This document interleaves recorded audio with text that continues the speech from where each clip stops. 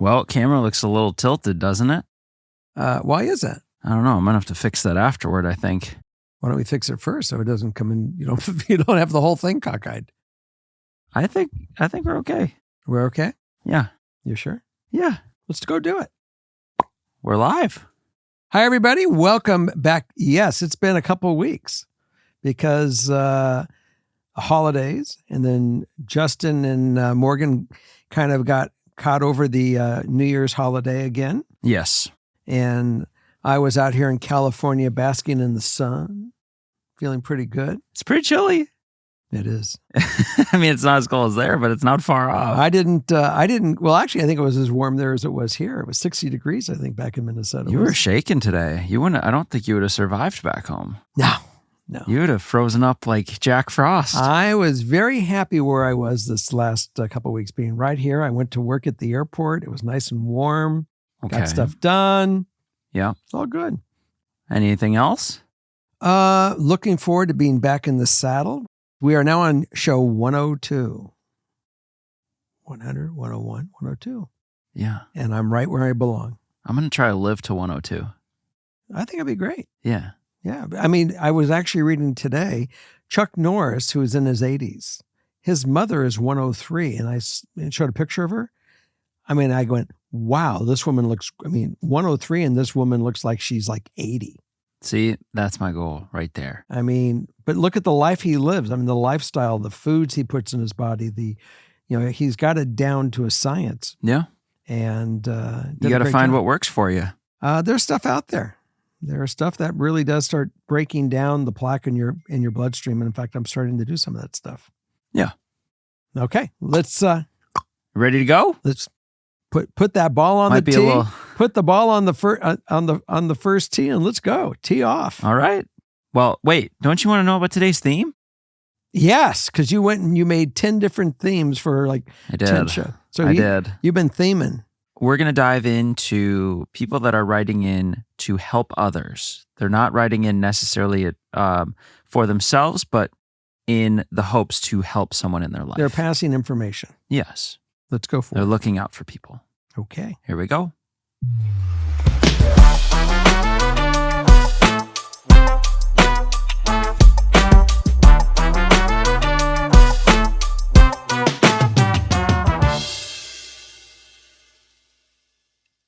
Okay, you ready? I'm ready. Number 1. Just making sure. You might be a little rusty. Number 1. First tee. Let's go. Title: How do I get my father to get therapy? Hi there, y'all. English is not my first language, so sorry for any mistakes. The ending of 2023 came with a horrible death for us as my uncle passed in an accident. My father, his brother, was the one who found him and spent my uncle's last moments with him. I don't want to get into the specifics. Let's just say it must have been very traumatic, and it comes with a lot of guilt for my father. I can't think of any good way of recovering from this without therapy. I'm searching for a therapist that could suit him. I'm a psychology student myself, and that already is hard, mainly because we live in a big village next to a city. I know he won't want to go to the city for anything. Parking is hard, and he'd lose a whole day just going. And he will worry that people saw him going to therapy in our village. Maybe online, but he's not a video call person either. And the real issue is bringing it up. He is a manly man, in our times there was no therapy and nobody had depression kind of guy. He doesn't really want to talk about his problems in general either. How would you do this? I've thought about just buying a session and being like, here it is, it's already paid, you can call or not, and I won't know. I think anybody in your shoes would need this, and it can't hurt to try. But maybe that's a lot of pressure. I don't know. Thank you in advance. Wow. So I had a couple of very initial thoughts. First of all, now that you are a psychology student, so I think you have an idea knowing how things, work. And because that he has the experience of losing his brother and the post-traumatic that's from whatever that experience is, there are other things that are probably part of this whole thing that stem back deeper than just this circumstance. So can you imagine going to a psychiatrist for one simple session, they can't even get their feet wet yet. And so you really have to somehow get it to be his desire to really see that this will help him. And I think when you are able to get him to the part where he realizes it's not going to hurt him, that it will help, and that it will help his life going forward, and make him a part of wanting to do this, you will succeed. Now, I understand the man's man. I have a son that, I would love to see him go for some counseling just in life. And he says, men don't do this. And I thought to myself, men do this. Yeah. I did it. Yeah. I mean, there's nothing wrong with it there. And people every day hear that we've gone for help. There is no more stigma the way it was a stigma back when I was in, elementary school, 60 years ago. Right. We are in the year 2024. It's an everyday thing for people to get assistance. The most important thing is that he feels comfortable enough that he can go get there and not be afraid to go through explaining the background of his relationship with his brother, background with his family, and bring it forward that he can really heal from what's going on in there. The more he puts it away and pours it down, the tighter the rubber band, as if you're taking an elastic rubber band and pulling it, it keeps going till it breaks. Yeah. And if you go for help, it discharges that constant pressure on that rubber band that it'll never break. It will just keep rolling like a pulley. Yeah. And that's really what he wants. He wants to go like a lubricated machine rather than being under stress, what this is doing. And because of your training, maybe he will, acquiesce and say, I'll give it a shot. And, Yeah. And if you want to buy him 3 or 4 or 5 sessions, all you do is got to get the motor going. He goes for 1 session, or 2 sessions, he'll feel more comfortable. Oh yeah. Once you do one, the motor's going. What's another? Get the motor going. Right. But that's the hard part, is really it's climbing the mountain to get him to go to the first one. Yeah, and I get that. But and a lot of it's the relationship that kids have with their parents. Look, there's some things that we just, depends if we know that they have a certain expertise, and sometimes we'll do it without question because it's for our kids. So, it's back to a conversation with him that, he doesn't have to be afraid of it or being humiliated that if someone sees him walking into a doctor's office, sorry, no one gives a shit. Yeah, I mean, it's hard to get people to realize that the stigma around therapy these days, it does make you more of a manly man to go get therapy. I think it's the icing on the cake as far as being a man's man, because that is showing that you care about your mental health and you're making moves to make that better, and that can only make you more desirable, not only to a partner, but to friends and to family members and all that. Everyone's going to support you. And most importantly, you're going to see it. You're going to be happier on your own. He will be happier. He will have a better life. And that's the selling point, is that it will be such a beneficial win for him. It doesn't matter what anybody thinks anyways. Being a better man's man, great. But the bottom line, he will be a better person. He'll be more relieved. He'll be more relaxed. He won't have to live in this torturous place that he's in right now of anything. I mean, plus he's got grieving. Look, if this is of recent in the last year, it's at the end of 2023. This guy's in the heart of beginning to grieve. Yeah. A lot of this grief is a normal protocol that everybody goes through when they lose a sibling or a parent or a child. Well, especially when they die in your arms. Worse. My father had my dad was in war. He was in World War II. And an enemy soldier got shot. My dad's Yiddish and German are very close. And my dad held this guy as he was sobbing in pain, dying. My father held him in his heart and sang him a Yiddish or a German lullaby. as the man passed. My father never got over that. Yeah. He always had PTSD Yeah. regarding that whole event till the day he died. Yeah. And every time he tells that story, he would cry. It was and this is an enemy soldier that he held in his arm to try to take care of as he was passing. Right. Let alone, in this case, a family member. I mean, I can't even begin to understand how you'd start to work through that. I do agree with our writer that therapy is definitely the best option. Absolutely. Only option. And so, honestly, I hope there's a lot of you listening or watching that could let us know how you were able to get someone to therapy if you've been in this position before. Because I don't think you or I have experienced it. Sure, we've dealt with people that are resistant to therapy and that'll never go, but I don't think either of us have successfully, I don't want to call it convinced, but encouraged and were able to get someone to start therapy for themselves. Right. I have failed, but I would love my son to go get some therapy. So maybe it's good tips for us as well. Yeah. Which I guess that is a good part of this show is we can learn from you guys as much as you can learn from us. Absolutely. We can probably learn a lot more from these guys than they can learn from us. What do we know? That's the thing about life. All you got to do is open your ears and your heart and you'll learn. It's when we close it that we have a problem. And then hopefully some of you can come up with something good for our writer here, and hopefully he can get the help he needs. I mean, I don't know how bad it's got to get for someone that will finally acquiesce to, on their own, find that inspiration within to go. It's just, I'm curious. I'm curious how it plays out. Let us know.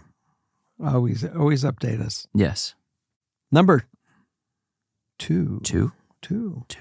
We're now going to the second T. Hello, Morgan, Justin, and Jerry. This story is about a friend of mine who is really struggling at the moment and needs help. I'm 22 male, the only person she, 32 female, can talk to, but this is something I don't even know the answer to give her, if there even is a good reason. She has been in a relationship with her current boyfriend for 10 years at this point, but for the past couple months, she has been noticing that he doesn't find her physically attractive and isn't in love with her anymore. Because of this, she wants to break up with him. Unfortunately, there are a lot of things in her life that are stopping her from making this decision immediately. Number one, she is extremely close to his family and she doesn't want to upset any of them as she knows they would never forgive her. Number two, she is not doing well financially and is not able to afford an apartment where she's from. Number three, her only close friends are myself and a mutual friend. Both of us live in different states from her, and if she were able to see me, I still live at home and am fortunately not financially stable currently, if that's the right term, and she can't go to the other friend for personal reasons I will not get into. So if she was able to find a place, she'd be all alone, which is something she is scared of happening. And 4, her mom and stepdad live in California, so that would be her only option if she were to move. But her stepdad treats her horribly and she doesn't want to live with that. So right now she is stuck where she is and pretending she loves this guy who doesn't love her back. She's made multiple conflicting comments regarding having children with him. One day she says she'll want to have a kid with her boyfriend, and then weeks later will tell me how she might die if she has kids. I try to give her advice every day because I am concerned about her mental health, and she could tell me any day they tried and are going to see what happens, when I know that isn't something she is hoping for. I'm not sure what to tell her besides to just wait it out until she's able to break up with him and live on her own, which she has talked about just doing. Is there anything else she can do or anything else I could tell her? Well, staying with the fella in the relationship they are in is a setup for destruction. Yes. I mean, that is an accident just waiting to happen.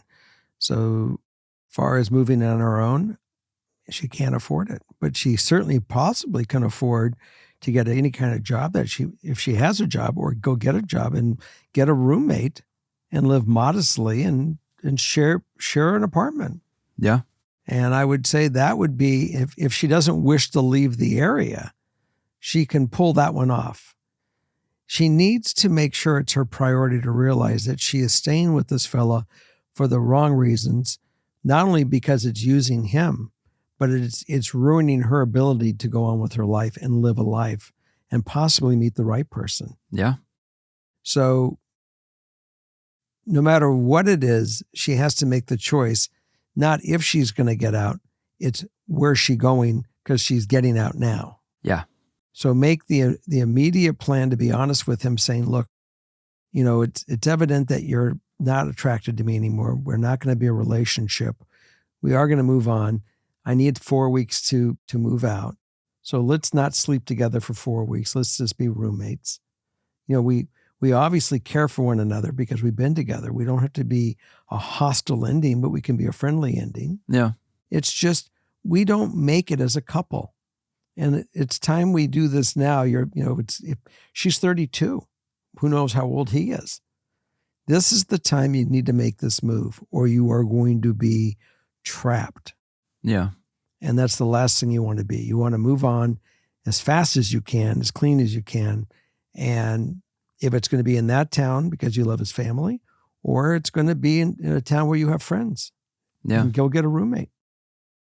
Well, and we can go through any of these points, but really, when I read the family one, if they're upset with you because he fell out of love with you and you're going to make a choice that betters your life and your mental health, They're not going to be mad at you. That's a weird thing to be upset over. And plus, there could be details we don't know, if she's really close with a certain member, if it's just she's close with the family because of her relationship with him. You don't know, but certainly if you wish to keep a relationship going with them, fair game. But I think that once you distance and you're trying to move on with your life, I don't know if you will want that forever. I'm not sure. But I think we see this a lot where there's people stuck in relationships that aren't really relationships anymore. And then we get a bunch of excuses of why we cannot move out of that relationship. It's fear. And a lot of times I love what you say. I love what you said on this one too, but one of my favorite points you make is that you'll figure it out. The best thing to do right now is to get out. We know that. That's the decision. And all these other things that you're worried about, you'll figure it out. Mm-hmm. And whatever it takes, I don't think you have to move home. And I guarantee you're going to get a lot of writers that are going to come in and say, girl, you can do this. Yeah. You can certainly get a roommate, or this is how I did it. This is where I did. We're going to get a lot of this experience from these people that are going to reach out and help. So definitely read the comments on this one. Yeah. And I don't know your position with her, but I would certainly suggest to not have kids. Definitely not. I wouldn't add that to the equation right now, because that'll add a number 5 that says, well, we have a kid together. And we don't need to add to the list of reasons that we can't leave. We need to add to why we are leaving. And I would definitely reinforce the fact that if her family and you guys are close, you could still be close. Look, I have relationships with most of the past relationships I've had that didn't work out. We knew we weren't right for one another. Yeah. That everyone said, look, as people we like him, or I like them as people. And why can't we continue to have friendships and a network? You certainly can do that. It's just, that's where maturity comes in and honesty comes in. It opens that door for a lack of anger. People find out you can't be friends afterwards because you're angry. Right. And the anger prevents it. If you're not angry, then you'll be fine. That's true. And it also sounds like someone that could benefit from getting out of this relationship and getting out there, whether it's a career change, a city change, finding some more friends. It just feels like we need a little boost. Yeah. And you guys may break up, go your separate ways. And in 5 months from now, you'll say, something? I really appreciated that about him. Or he'll turn around and say, I really appreciated this about her. And maybe we should, go out and talk about it, about hanging out a little bit and see what happens. It's never a nail in the box, so to say, if you do it with responsibility. Yeah. So take the first step of being responsible, at least seeing how you guys get along. Break up. Go your separate ways for right now. And then it might be permanent. You may find out something later that no one expected. We just never know. That's true. We know it's not working the way it is. That we do know. Yes. Something's got to change. Yeah. There's a song like that, I think. Is there? I think so, but I'm not going to look for it. I feel like there's a lot of songs like that. Well, you would know because you create these things. That's true. Number 3.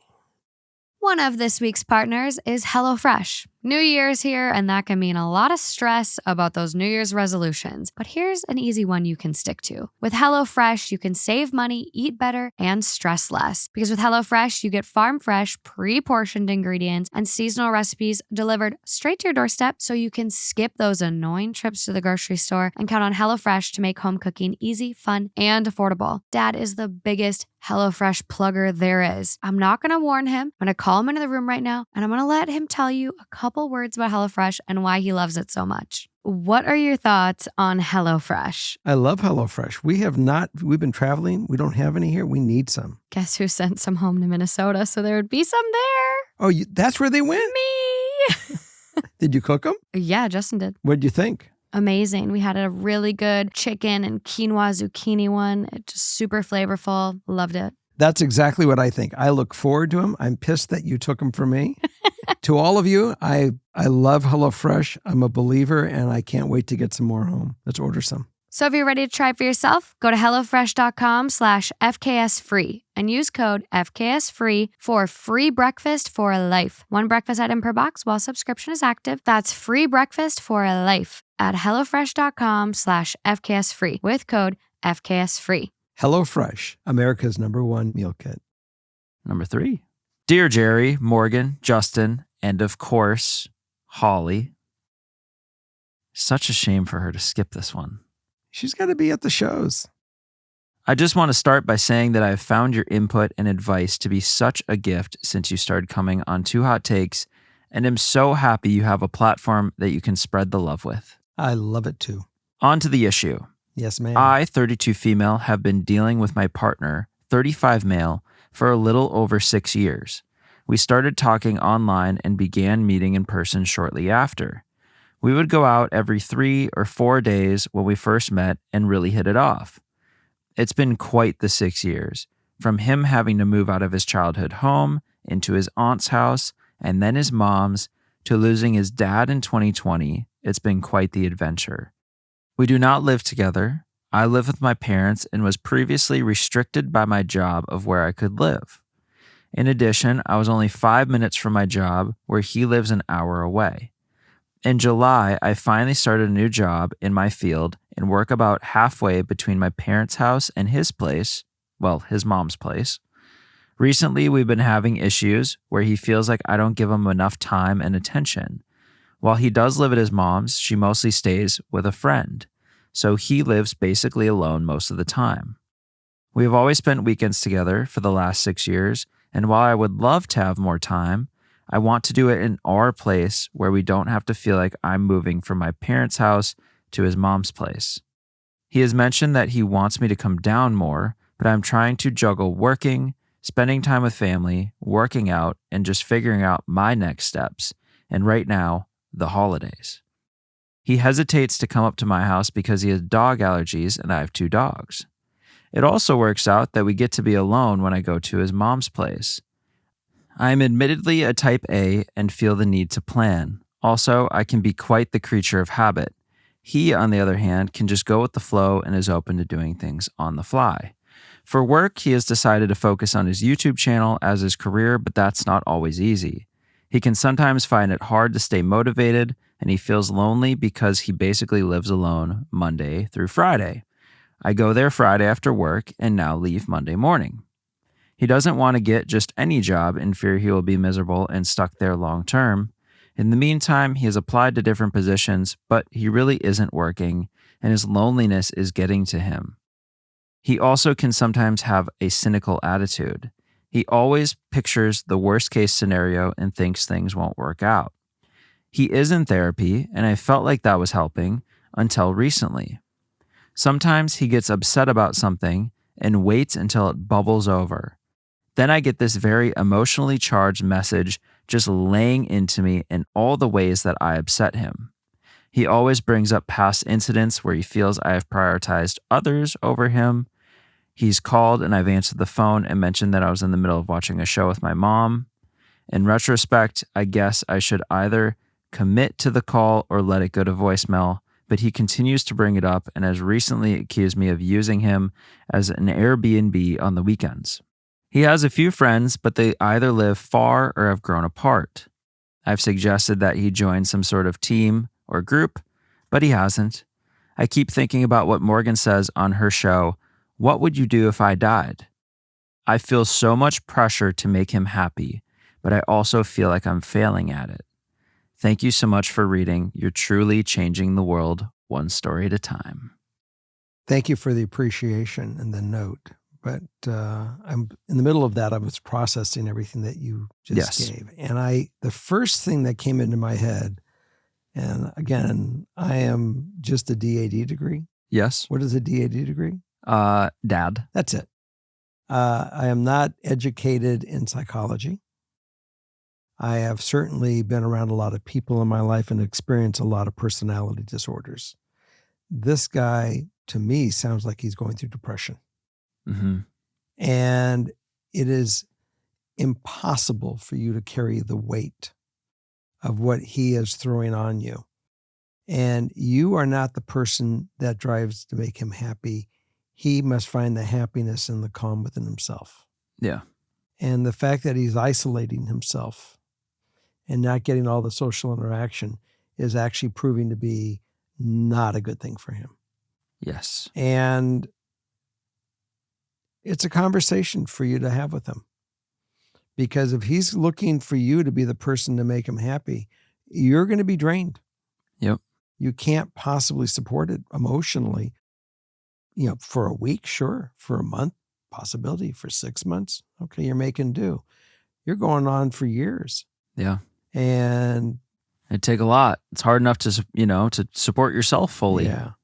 And you're trying to do that job. You're getting yourself rejuvenated by, going to the health club. You're spending time with your family. You're doing other interactions. So, where he's draining you, you're looking for that to replenish you. Yeah. You're not replenished by him. So the relationship is in peril. It's in a problem. Mm-hmm.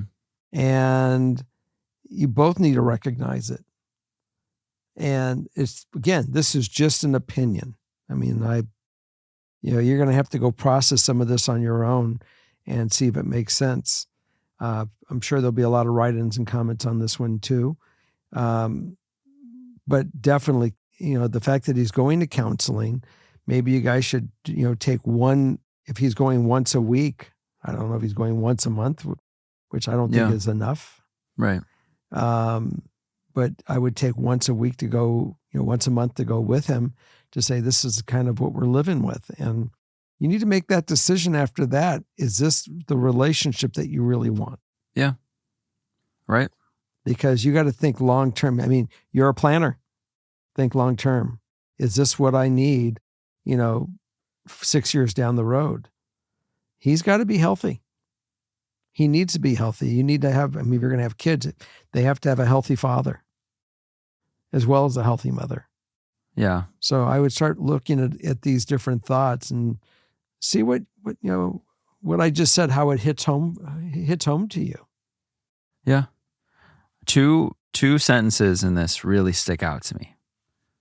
One, recently we've been having issues where he feels like I don't give him enough time and attention. Number two, I feel so much pressure to make him happy, but I also feel like I'm failing at it. Neither of these, to me, based on what you've laid out here, feel like you've created this big problem and that also these are your duties. Him feeling that you have enough time and attention, I'm curious if you think like you could improve that, or if he's wanting a level that just isn't possible for you in your life. which does lead, I feel so much pressure to make him happy, but I'm failing at it.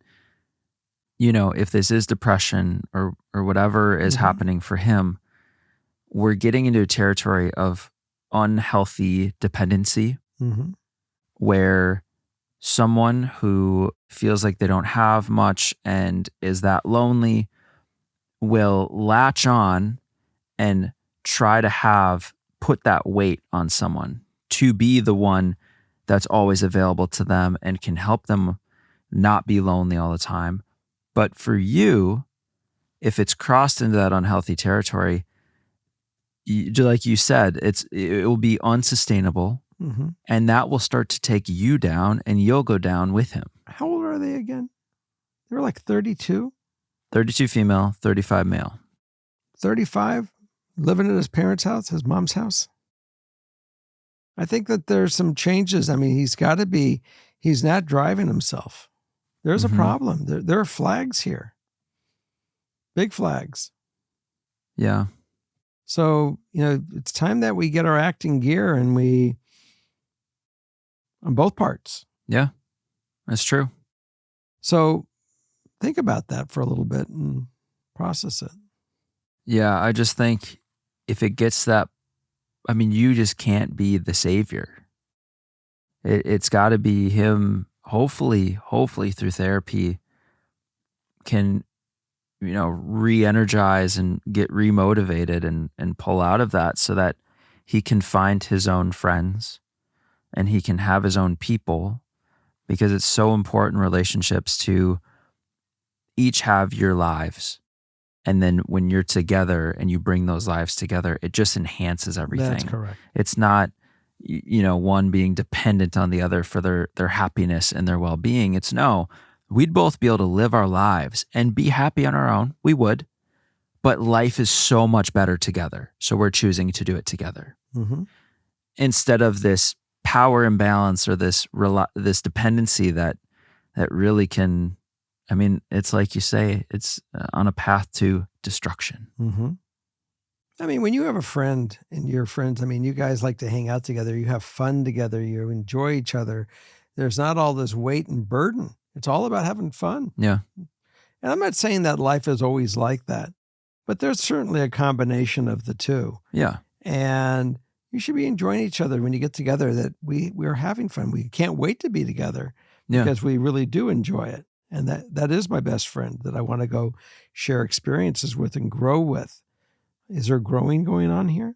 Doesn't seem like it to me. No. I'm not hearing it. Right. When I love how Morgan says, there's seasons in life where one partner in a couple is going to need a lot more from the other, and that flips and ebbs and flows and changes throughout life. But it's when it starts tipping the scale so far for so long. The sugar pile, buddy. Right. That then there starts to be a problem. Let's go back to the sugar pile. If you guys are new to the game and don't know what the sugar pile is, sugar piles between relationships, both of you have to give each other sugar. Yeah. And if one is just taking the sugar and the other one is consistently have to go find more sugar to give out, and there's no sugar coming back and forth, the piles get imbalanced. Yeah. And next thing you know, you have a capsized ship. Yeah. And he has been through a lot. He has. But it's also not your responsibility to help him, help him heal from all that.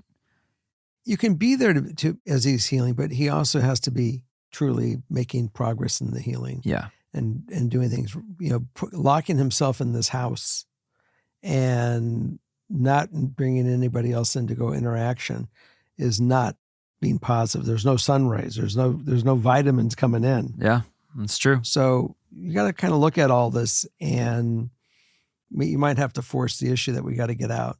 Yeah. And start having some fun and let him deal with the grief. If he's not going to counseling, he's not doing this, or they're not making progress, my question is why?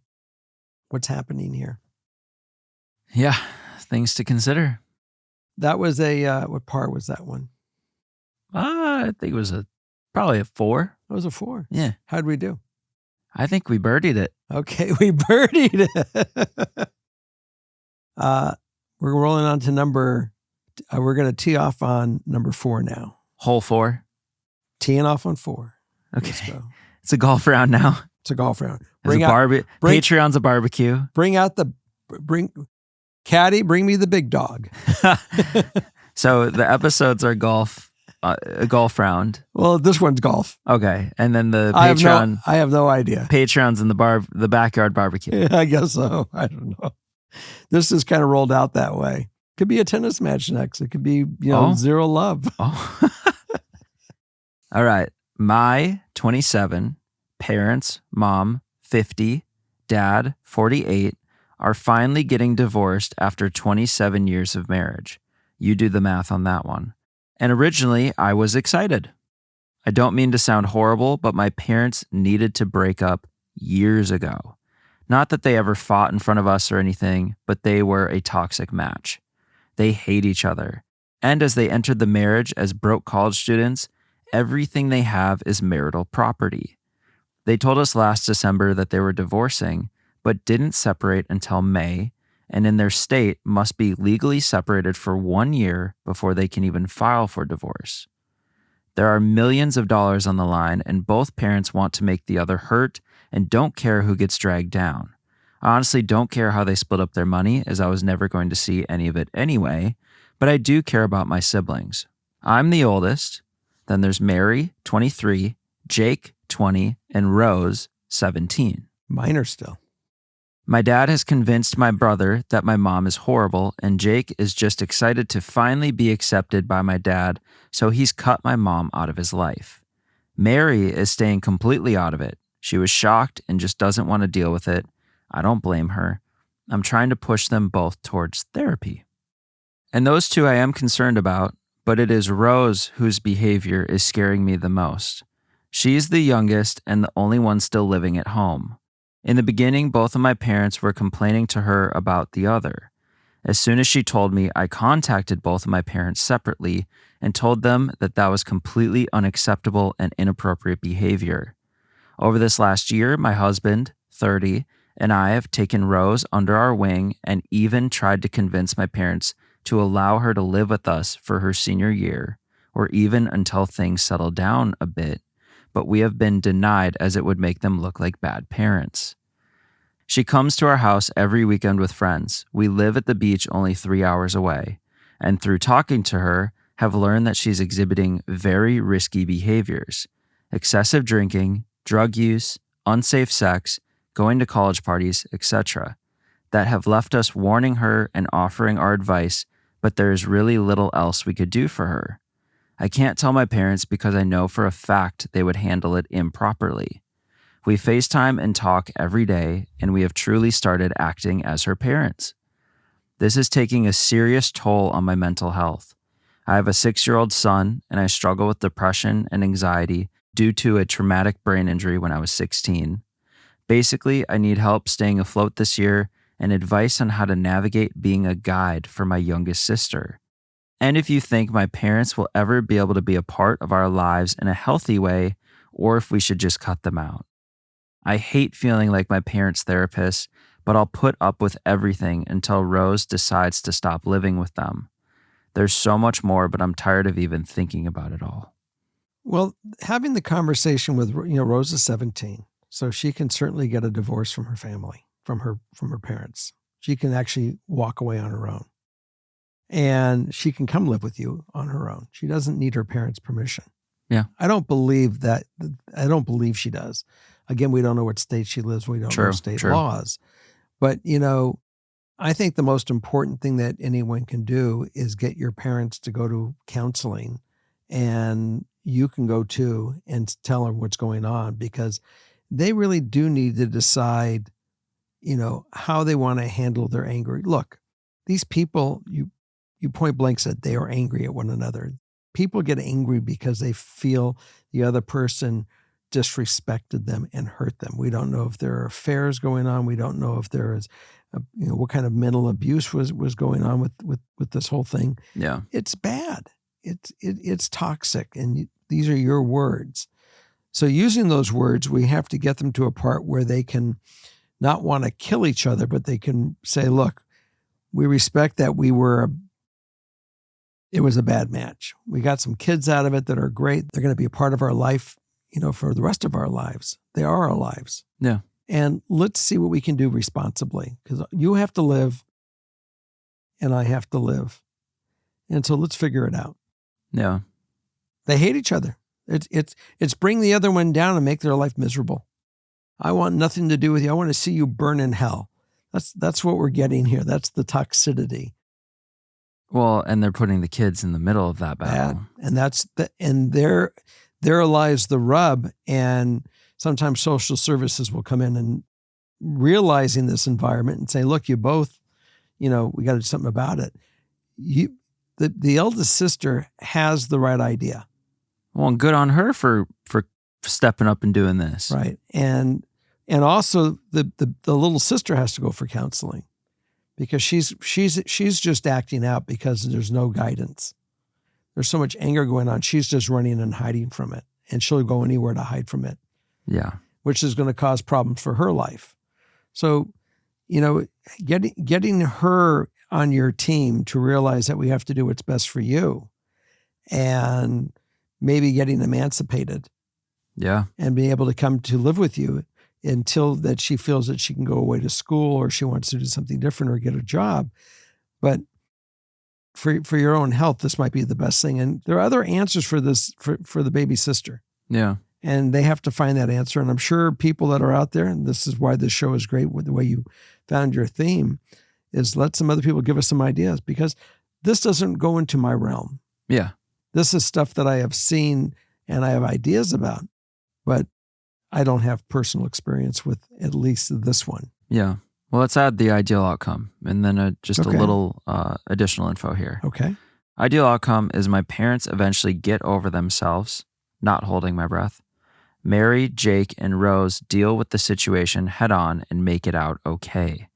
Rose continues to trust my husband and I, and untangles herself from the mess that is my parents, and that I figure out how to let go and not feel so much guilt over things I cannot control, which I think you're doing all the right things. And the more you realize that you don't have control over certain things and what people do and how they act, your life will be easier. It does help, and it just makes you disappointed for those people. Additional info: growing up, Mary was the golden child, followed closely by Rose, while Jake and I were the proverbial punching bags, repeatedly called stupid and lazy. We're also the two with the worst ADHD and dyslexia. Also, I am hosting Christmas this year, and our parents aren't invited. I set it up so it would be as stress-free as possible for my siblings. My mom understands, but my dad has refused to send gifts for my siblings or son, which doesn't really matter, but is just a childish way for him to throw a fit. And I fear my dad will show up anyway. Well, we'll know the answer when she does a write-in. That is true, but I mean, she's showing time and time again, she's doing the right things. She's setting the right boundaries. She is really looking out for her siblings just to try and get through this mess and not have the kids forever affected by it, by this battle between their parents. Yeah. So I really think you're doing a lot of the right stuff. And as exhausting as it must be, it's gotta settle at some point, yeah? It would really be great if she could have a horse. A horse. Yeah, a horse. And some, like a city slicker, the rope. Yeah. And lasso. Yeah. And lasso each parent and pull them in somewhere together and put them on a pole and let them talk to each other on a pole. where they're not released from the pole until they can actually talk civilly to one another.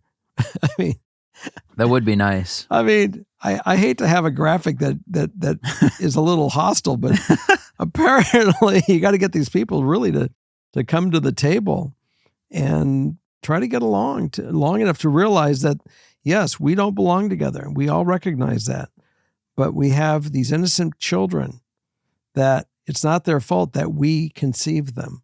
Yeah. And it's our job to now be adults.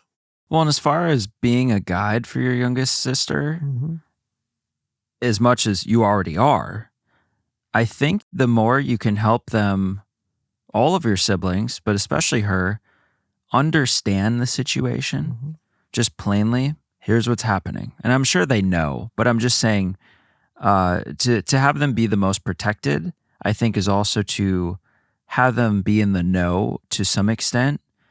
I mean, I don't know how much they already know, but I think a lot of times kids are affected by divorce a lot when they're so blind to it. And it's like, I don't know why all this is happening, and mom and dad, and like, it feels like your whole world is falling apart. Apparently this has been going on for quite a while. So I hope that they have some grasp on it. But I think you being as much of a guide as you already are, I don't know if you need help with how to navigate that, but with staying afloat and dealing with all of it. She's done amazing. I think you have, and I think you just got to keep going. Well, keep reaching deep. It's hard to say. You just got to keep going, doing what you're doing. But sometimes we have found out in life that the palm tree keeps of nature, or God, whatever, keeps pulling us back further and trying to break our backs. But we find out that when we feel we have no more resiliency to get through it, that we find more. Yeah. So give yourself some credit. You're doing great, and bless you. Yeah, truly bless you, and I wish you a great 2024 and getting these children that you called your parents online. Look, these people have been very successful. There's some things they have figured out in life. How to build an empire. They have done it apparently. Yeah. So get them to, rather than destroy each other, to continue to build and be prosperous, but just not together. So get rid of the pull the bad chemical out of the equation. Yeah, I think you're doing great. Anyways, if anyone have their write-ins and their comments and to help this woman out, please write in and let's see what they have to say. Yeah, let's go to. We finished that. I think we did that one in that was a par 5. Oh, par 5. That was a par 5. Did we make par? We made par. So now let's just get in our cart. Okay. And we're going to drive to hole number, or tee number 6. Well, this is story number 5. Well, let's not go to 6. Let's go to 5. That was 4? Yeah. Wow. Well, look how fast it goes by. We're having fun. All right, we're on T5. Let's go. Hi, Jerry, Morgan, Justin, and Holly. She's at mom's. I'm coming to you with a very stressful issue. I miss her, by the way. She was here till the other day, right before you guys got home. Oh, I heard she left a present for you in your room. No, in the hall. Oh. I don't know how I missed it, but she did leave a present. All right. I'm coming to you with a very stressful issue.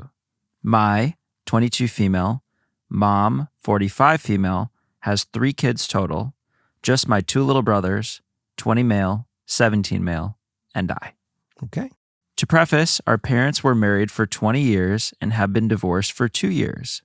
Since the divorce, my mom has constantly brought up the idea of moving to another state because she feels stuck here in California. At the beginning of the year, she started saying she was going to move to Texas and live with family out there after my youngest brother turns 18 and graduates high school. Halfway through the year, after she had told her friends about her plans, her friends confronted her and mentioned that her youngest is probably still going to need help because he'll only be 18.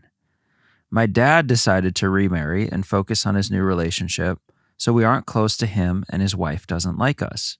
Plus, the apartment I rent with my boyfriend and other brother is pretty small, so my younger brother won't really have a place to go. After being told this, my mom told me she was considering pushing back her plans another year or so that my brother can get situated out here on his own. Well, more recently, she was talking about her move to Texas and mentioned how she has to start looking at places there and start looking at packing soon. I questioned her on her timeline, and she now claims that she never mentioned pushing back her move and that she has to get out of California because it's too much and she wants something new. So now basically my youngest brother has to figure out where he's going to want to live after graduation because I believe she said she's leaving less than a week after he graduates. Obviously, I won't allow my brother to go homeless, so he will be moving in with me if he can't find a place. My stress comes from having to essentially step up and be a parent at 22 just because my parents have decided that they don't want to do it anymore.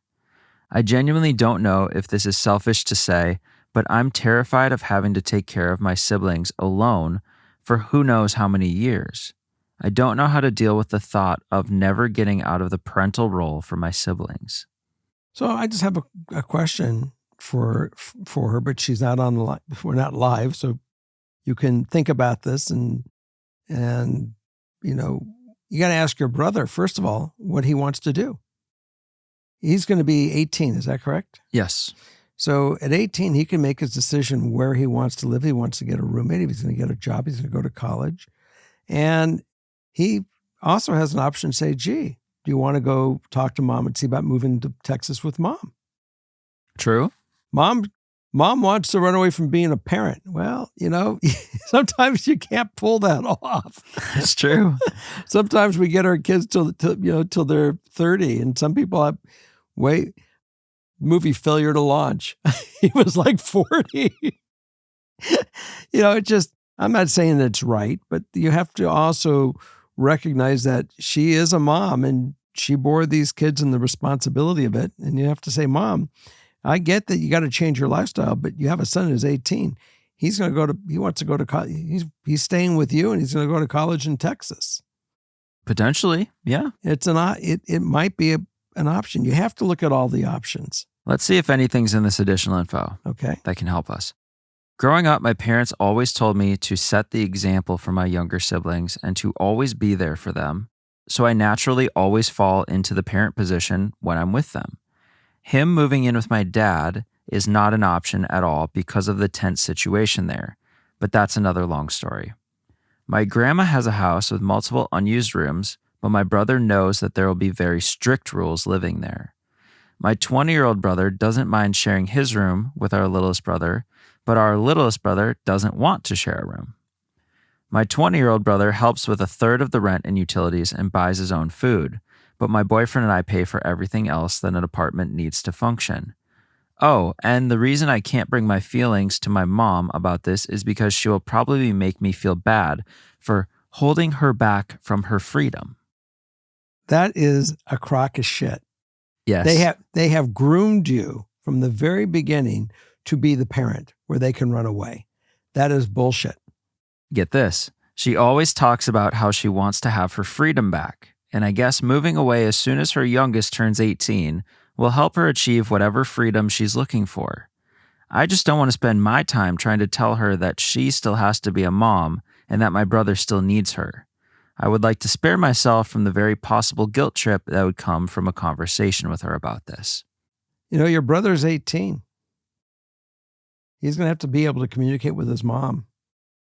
And because they made you be this person, you don't have to sign on for the job. Yeah.